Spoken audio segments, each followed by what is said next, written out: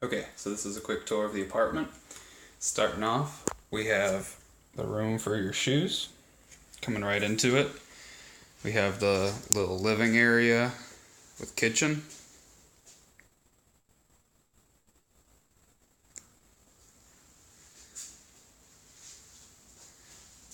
And in this room we have the bathroom and shower.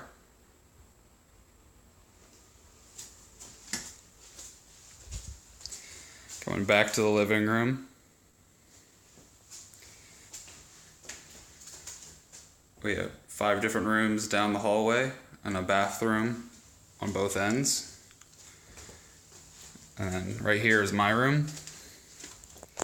I have a closet, my clothes up top for now, my bed, desk, and shelf, and then my little balcony, which goes outside and has a view of the tennis court. And I just found this out today, it's kind of cool. If you pull this down, you got a spot to hang your clothes to dry from.